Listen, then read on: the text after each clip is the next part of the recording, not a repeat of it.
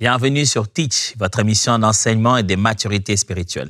Dieu est tellement bon envers nous, les disciples de Jésus-Christ, qu'il s'est mis à nous enseigner afin de comprendre comment il nous parle à travers des songes.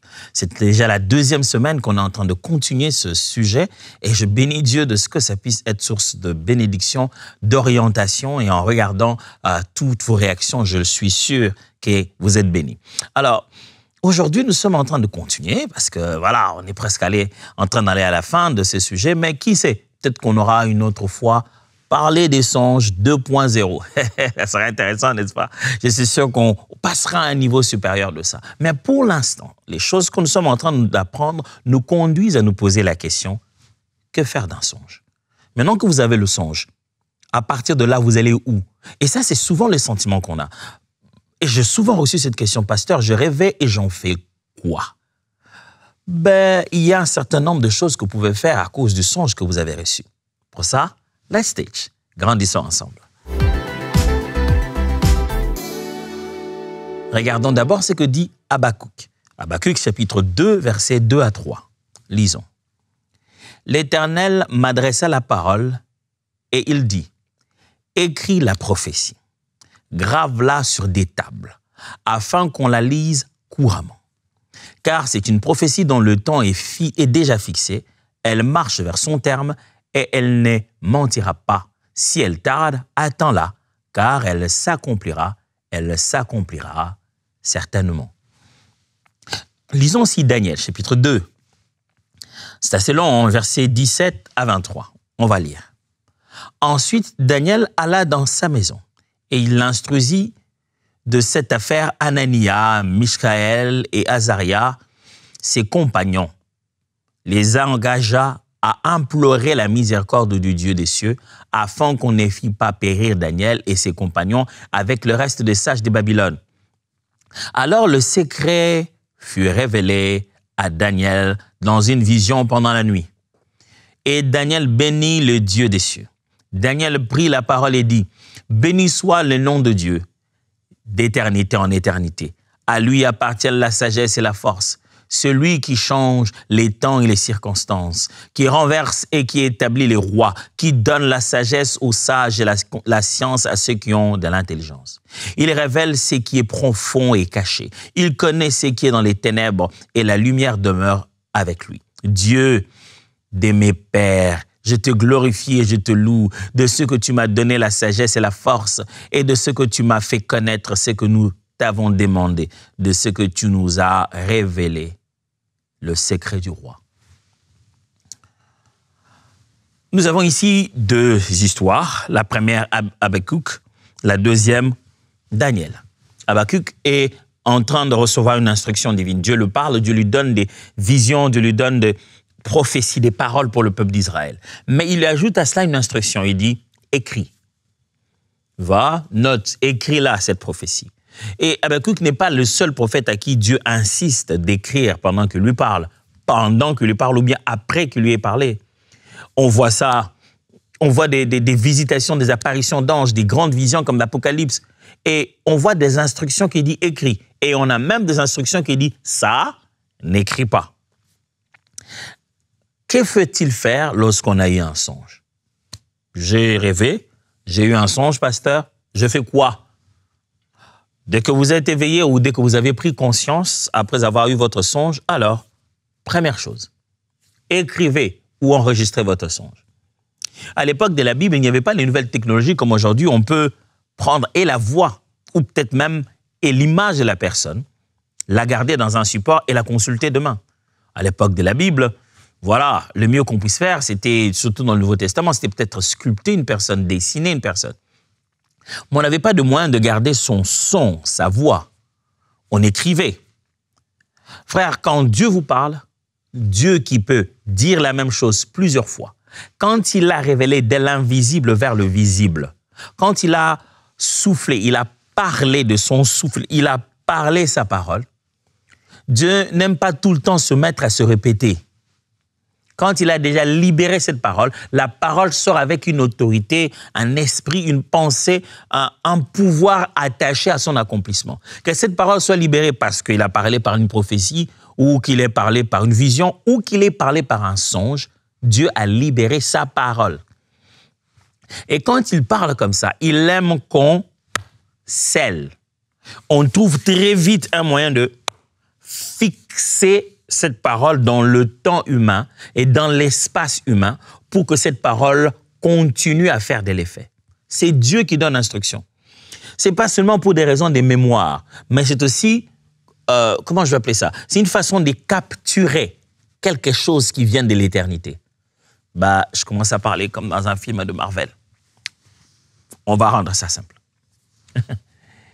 Quand Dieu, qui est tout-puissant et éternel, parle aux hommes, les genres de paroles qu'il sort sont des paroles qui ne subissent pas le monde dans lequel nous sommes. Et Dieu, quand il parle, ces paroles, c'est pour venir s'imposer dans le système dans lequel nous sommes. Il apporte du nouveau. Il veut que sa volonté s'exprime sur la terre comme elle s'exprime au ciel. Quand Dieu communique avec nous, il veut qu'on se rassure qu'on a pris cette communication et on l'a mis à un endroit où il est retrouvable. Cet endroit où la communication est retrouvable, on revient à la retrouver. C'est pourquoi la Bible existe, c'est pourquoi la loi de l'Éternel existe, c'est pourquoi nous avons la parole de Dieu, c'est pourquoi nous faisons l'application de la Bible, c'est pourquoi on veut mettre les supports dans l'endroit qu'il faut pour que ça soit consulté à chaque fois. Et la beauté de ça, c'est que chaque fois qu'on consulte les Écritures, ça apporte toujours un réveil. L'esprit qui était à ça, au moment où ça a été dit, c'est comme si ça a été imprimé spirituellement aussi.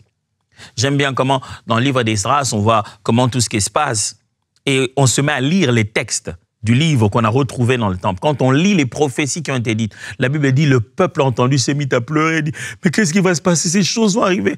On leur dit, non, calmez-vous, calmez-vous. Aujourd'hui est un jour de joie, rendons grâce à Dieu, bénissons Dieu. Mais la Bible dit que l'Éternel a éveillé, réveillé l'esprit du peuple. Le peuple a pris conscience. Dieu a dit ça. La même rigueur, la même autorité dans laquelle le prophète a reçu ces messages. Des mois, des années plus tard, ça s'est manifesté encore. C'est pourquoi cet enseignement est enregistré et que vous êtes en train de me suivre aujourd'hui. Et que chaque fois où vous me suivrez, ça s'appellerait toujours aujourd'hui. Mais l'aujourd'hui que je prononce maintenant n'est peut-être pas l'aujourd'hui du jour où vous m'entendrez. Mais ça sera toujours aujourd'hui. Et c'est qui garde l'actualité à cette parole. J'aime quand le psalmiste dit « L'Éternel est mon berger, je ne manquerai de rien ». Il l'a écrit, il l'a chanté, nous l'avons. Au point que quand moi je dis aujourd'hui « L'Éternel est mon berger », je ne parle plus de David, je parle de moi. Et je peux m'approprier de cette vérité. Et le Seigneur dit « Oui, c'est vrai ». Quand donc Dieu vous parle, je vous en supplie, capturez ça quelque part. Écrivez, mettez un son, filmez, je ne sais pas, mais capturez ça quelque part. Dans ma foi chrétienne, la personne qui m'a le plus aidé en matière de capturer la révélation de Dieu, c'est un homme de Dieu que certains connaissent et d'autres peut-être pas, qui était vraiment mon père dans l'œuvre de Dieu, surtout dans le ministère de la louange. Il n'est plus, il s'appelait Alain Moloto, qui a fondé le groupe Gaël, qui existe depuis près de 26 ans maintenant, cette année on en parle. Un jour, j'étais avec lui, on parlait et tout. C'est comme ça que se fait les disputes-là. Hein. Il conduisait, on avançait, on parlait de tout et de rien. Et puis, je lui ai parlé, je lui ai dit, il m'a dit, comment ça t'arrive de composer? Je lui ai dit, ouais, ça m'arrive de composer n'importe quoi. En 2 fois, je peux être en train de marcher, je reviens d'université, je marche, en route, j'ai une mélodie, je chante jusqu'à la maison, et puis c'est tout. Puis je l'oublie. Ou ça m'arrive de prier et j'ai un chant, ou je me réveille, j'ai un chant où j'ai chanté et puis c'est tout. Il m'a dit, après, comment tu fais pour retenir ça? J'ai dit, retenir? Il dit, oui, pour que tu t'en souviennes et tu chantes encore demain. Je n'étais même pas conscient que c'était possible. Je lui ai dit, bon, moi je pense toujours que si ça vient de Dieu, si c'est Dieu qui a parlé, il va me le rappeler après. Il dit, d'où est-ce que tu tires ça? Les dieux qui t'a parlé, c'est lui qui te donne à toi la responsabilité d'écrire. Est-ce que tu penses qu'il n'a pas le pouvoir de te rappeler, mais malgré ça, il te demande d'écrire? Ce jour-là, ce passage de la Bible a fait « Oh là là !» Je pensais que pour authentifier que c'est Dieu, ça doit revenir de soi-même. C'est-à-dire, si c'était Dieu qui m'a donné ça, donc si c'est toujours Dieu, ça va revenir. Je pensais comme ça. Or, je ne savais pas qu'il y avait aussi cette vérité selon laquelle Dieu a donné l'ordre que lorsque la révélation nous est parvenue, que nous ayons les capacités d'enregistrer cela, de garder cela. Ces jours-là, j'étais genre, oh, combien de fois j'ai reçu de choses dont je ne me souviens plus et je n'avais jamais eu l'opportunité de les enregistrer. Jamais l'opportunité de les écrire quelque part. Aujourd'hui, je suis fier de voir quand quelque chose se passe ou un chant est sorti ou un message ou quoi. Je suis fier dans des réunions de montrer mon téléphone et de dire « Ah, vous savez, quel est le jour où j'avais eu ça ?» Je vais dans mes notes vocales, dans mes voice là-bas, je clique. Et le bon côté avec le téléphone, c'est que ça note la date exacte et le lieu où tu avais enregistré ça. C'est comme ça que je me sens d'ailleurs plus authentique dans mon témoignage parce que j'ai des preuves. J'ai dit ça m'est arrivé, j'étais en Ouganda, à un tel endroit, j'étais en prière et puis voilà, à telle heure, tout est là vraiment dans le téléphone et ça se voit. Vous pouvez écrire, vous devez écrire. Que faire d'un songe? Capturez-les d'abord. Capturez d'abord le songe. Capturer, c'est pas capturer. Capturer, c'est comme quand on fait une capture d'écran. C'est-à-dire, prenez le moment, mettez-les quelque part où il peut être consultable. Votre seule mémoire ne suffira pas. Écrivez ou enregistrez en audio. Que faire de songe? 2. Rends grâce à Dieu pour le songe. Mon frère, quand tu as reçu un songe, ma sœur, quand Dieu t'a parlé par le songe, rends grâce à Dieu. Je viens de lire avec vous Daniel chapitre 2, versets 17 à 23, je lis tout à l'heure. Daniel rentre, il dit à ses amis, au boulot aujourd'hui c'est grave. Qu'est-ce qu'il y a? Le roi est sur le point de tuer tous ceux de mon rang, tous les conseillers et tout ça là. Pourquoi? Il a eu un songe, il ne veut pas le dire, il veut qu'on lui explique et qu'on lui dise le songe. Oh, il dit, priez avec moi. Je lui ai demandé une petite mesure des sursis là, qui nous donne un peu de temps et que voilà, qu'on revienne avec ça. Prions. Ils initient dans la prière, ils sont ensemble dans l'intercession, ils prient. Et l'Éternel parle à Daniel, il lui montre ce que le roi a vu. Et Daniel se met à louer Dieu, à glorifier Dieu, à lui dire merci. Je vais relire ça. Il dit, ensuite Daniel alla dans sa maison et il introduisit de cette affaire, il instruisit de cette affaire Anania, Michaël, Azaria, ses compagnons, les engageant à implorer la miséricorde du Dieu des cieux, afin qu'on ne fît pas périr Daniel et ses compagnons avec le reste des sages de Babylone. Alors le secret fut révélé à Daniel dans une vision pendant la nuit. Et Daniel bénit le Dieu des cieux. Daniel prit la parole et dit, pendant les pensées, prit la parole et dit, béni soit le nom de Dieu. Ça, c'est à cause d'un songe. D'éternité en éternité. À lui appartiennent la sagesse et la force. C'est lui qui change les temps et les circonstances, qui renverse et qui établit les rois, qui donne la sagesse aux sages et la science à ceux qui ont de l'intelligence. Il révèle ce qui est profond et caché. Il connaît ce qui est dans les ténèbres et la lumière demeure avec lui. Dieu de mes pères, je te glorifie et je te loue de ce que tu m'as donné, la sagesse et la force, et de ce que tu m'as fait connaître, ce que nous t'avons demandé, de ce que tu nous as révélé, le secret du roi. Waouh! Vous avez entendu? Un long moment, Daniel est en train de faire rien d'autre que glorifier, louer, remercier Dieu. Aujourd'hui, les chrétiens aiment vivre des expériences spirituelles. On dirait que c'est pour le fun. Ça devient un peu une façon de se sentir supérieur aux autres. Si on en a vécu plus, on se dit donc on est meilleur que ceux qui n'en ont pas vécu. On se dit, moi, j'ai vu des choses, des anges m'apparaître, j'ai vu des choses. Tu te dis non, donc moi, je suis mieux approuvé par Dieu et je suis plus mature que vous. Non. Les expériences spirituelles et toutes ces choses que l'on fait ne sont pas signes de notre maturité ou de notre approbation ou de notre degré où on est meilleur que les autres. Quand Dieu vous utilise ou Dieu se révèle à vous, c'est une grande responsabilité. La meilleure attitude, c'est la gratitude. C'est dire à Dieu merci. Je ne le mérite pas. Et Daniel, on peut ressentir dans Daniel, quelle gratitude. Dis, Dieu, tu m'as donné ce songe. Merci. Vous voulez apprendre à gérer les dons prophétiques? Apprenez à dire merci à l'Esprit quand il vous révèle. Je ne parle pas de prophétique ici dans tous les domaines, mais j'ai appris quelque chose quand j'exerce, que je suis au service de Dieu et que l'Esprit doit m'utiliser. Dès qu'il me donne même un petit morceau, de la révélation de ce qu'il veut que je fasse, même quand je suis sur la chair, même quand je suis en train de conduire un temps de prière, quand je perçois, quand je reçois, naturellement, vous verrez peut-être que vous pourrez peut-être le remarquer. Je dirais, merci Seigneur. J'ai commencé à entraîner mon esprit à exprimer la gratitude de la manifestation surnaturelle de Dieu de façon instantanée. Il n'y a rien qui entretient mieux ces climats que la gratitude et la louange. Dieu, je te rends grâce. Merci Seigneur. Oh mon frère, on ne le mérite pas. Que Dieu se révèle à nous, nous donne un songe, on ne le mérite pas du tout. Alors quand il l'a fait, fais comme Daniel, rends grâce. Alors le matin, tu t'es réveillé, tu as un songe. La nuit, tu t'es réveillé, tu as un songe. Loue d'abord Dieu. Seigneur, je te bénis, je te glorifie pour ce que tu as voulu me montrer. Quand dans ton esprit, tu sais que c'est un songe divin, bénis Dieu. Même quand tu sens que ça, c'était des attaques du diable, t'emballe pas. Tourne-toi d'abord vers le Seigneur, qui a permis à tes capacités spirituelles d'être fonctionnelles. Seigneur, je te rends grâce de ce que tu permets encore à mon esprit de voir au-delà de ses yeux, de voir pendant que je dors. Je te rends grâce. Tourne-toi d'abord vers le Seigneur et bénis-le.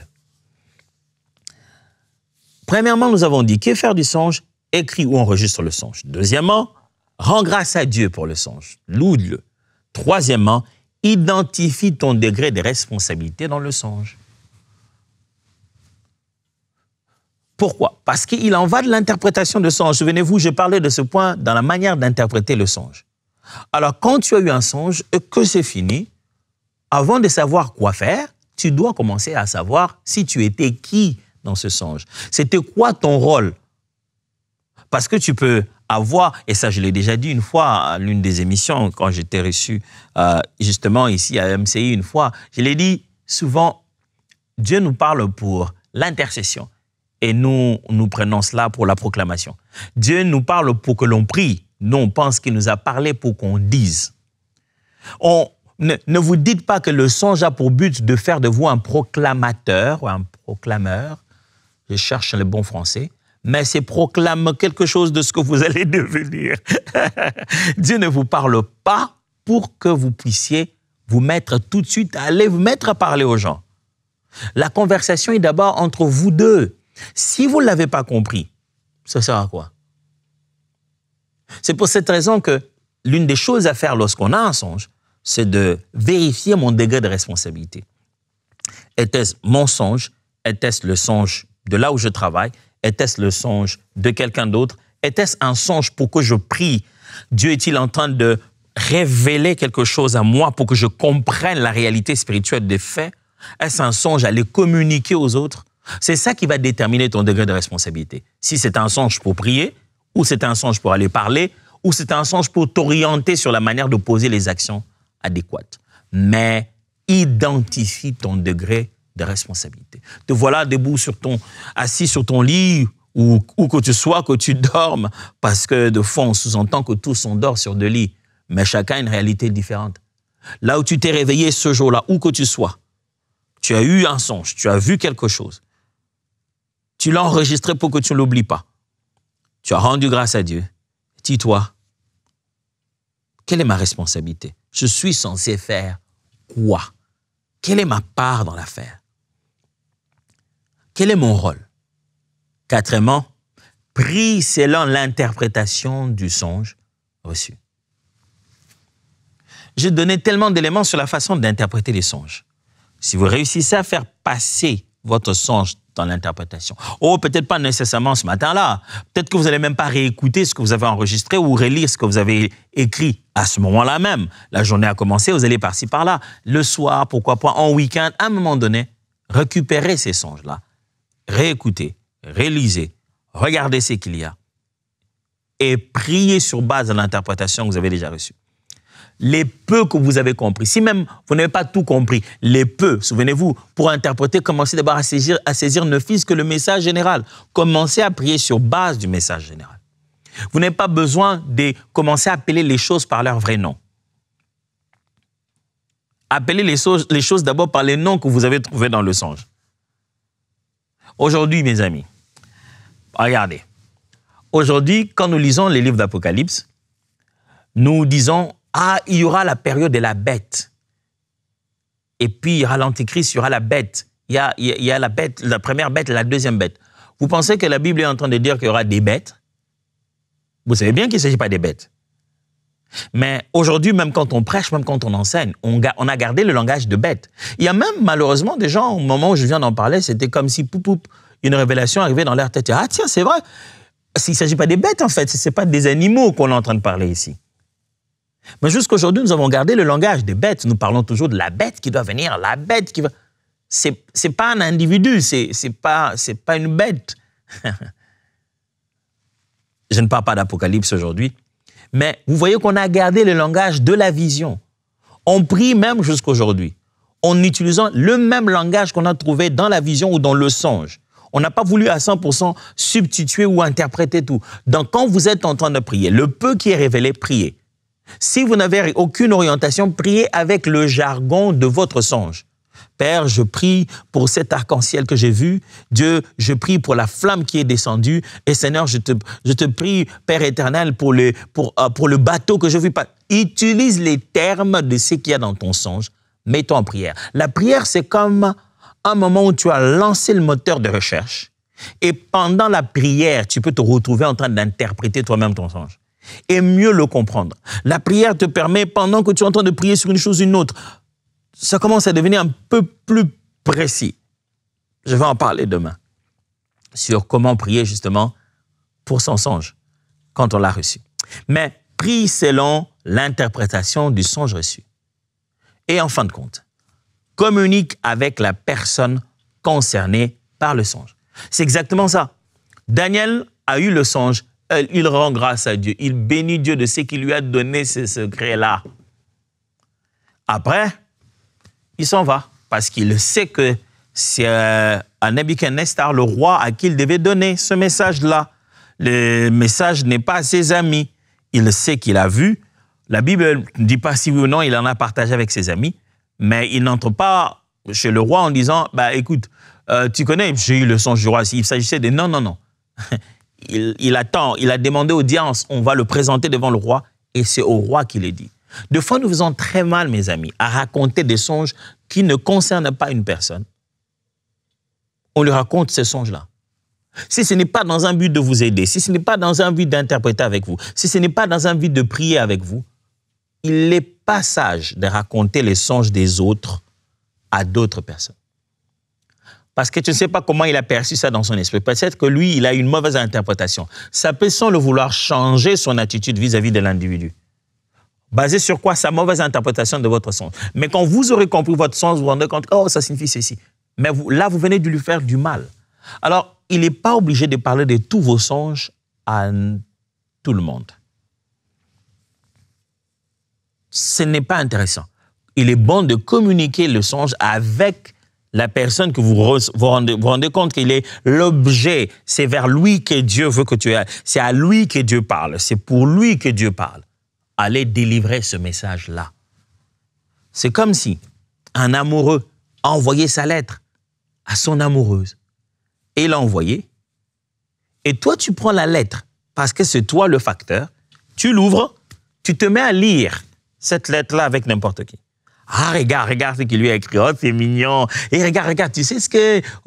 mais franchement, c'est quand même un manque de respect pour le contenu de quelqu'un d'autre. Si Dieu t'a fait confiance, il t'a donné cette lettre d'amour qu'il a appelée un songe pour lui exprimer son amour, sa bonté, sa grâce vis-à-vis de quelqu'un. Protège quand même cette relation intime. C'est pourquoi ça s'appelle une révélation. Frère, de fois, on sous-estime ça. C'est pourquoi quand je vois deux fois d'autres personnes, je me dis, est-ce qu'on comprend vraiment combien difficile est la responsabilité prophétique? Quand Dieu vous donne un message, Dieu se met à vous parler des autres personnes de leur vie. Vous savez ce que ça veut dire? Ça veut dire que des conversations secrètes des individus vous sont partagées. Vous savez les risques que Dieu prend de parler des choses si intimes que la personne en priant pensait qu'il ne l'a dit qu'à lui. Et lui vient te le dire. Il ne s'attend pas à ce que tu vas te pavaner avec. Il te le dit que dans un moment où ça doit apporter édification, restauration, ça fait en sorte que lorsque l'autre l'a entendu, reconnaisse que c'est réellement lui le véritable Dieu. Alors, je t'en supplie, ne sous-estime pas la révélation par un songe, comme si ça valait moins qu'une prophétie, une vision en plein milieu des prières. Comme si le songe, tu as le droit de raconter à tout le monde, c'est seulement les prophéties que tu ne dis pas à tout le monde. Non, ça reste un langage de Dieu. J'ai eu des moments prophétiques forts de ma vie où je l'ai eu en songe. Je ne l'ai pas eu à ce moment-là. Mais pendant mon songe, j'ai vu une séquence qui devait se passer. Une personne habillée d'une certaine manière pour qui je devais prier. Et je priais pour cette personne-là. Et comme elle était guérie dans le songe, elle l'a aussi été. Et ça, c'est pas moi seulement. C'est des témoignages d'autres personnes. À moi, d'ailleurs, ça ne s'est pas déroulé exactement pareil. J'ai eu des témoignages similaires. Mes frères, je vous en supplie. Je vous en supplie. Prenez au sérieux le message que vous recevez par le songe pour aller parler que aux bonnes personnes. Parce que le songe, comme vous le connaissez dans la Bible, ça peut causer beaucoup de choses. Joseph a eu des songes pour lui, mais il est allé raconter à ses frères qui n'étaient que des figurants. Ils n'étaient pas aussi actifs dans ce songe. Ce songe était tourné vers lui. Il en a raconté à des figurants qui l'ont mal interprété. Les gens qui sont dans ton songe ne connaissent pas ton songe. Je vais peut-être répéter ça. Les gens qui figurent dans ton songe ne connaissent pas l'interprétation du songe. Ce n'est pas parce qu'ils sont des figurants dans le songe que tu as reçu qu'eux, ils en ont reçu la connaissance. Alors, ce n'est pas nécessairement aller leur raconter que tu auras une meilleure interprétation de leur part. Non, c'est toujours l'Esprit de Dieu qui donne l'interprétation. Waouh! J'espère que cette semaine est riche. J'espère vraiment qu'elle est riche et que ça nous fait tous pousser un peu plus loin dans notre façon de saisir à la fois le langage de Dieu, à la fois la responsabilité que nous avons à recevoir son message par des songes. Je prie avec vous. Père, merci pour ces 5 choses qu'on a appris aujourd'hui. Écrire nos songes, rendre grâce quand tu nous les donnes, identifier notre degré de responsabilité, prier selon l'interprétation que nous avons reçue et communiquer à qui de droit. Donne-nous de respecter ces responsabilités comme il se doit. Au nom de Jésus. Amen. Dieu vous bénisse et à demain.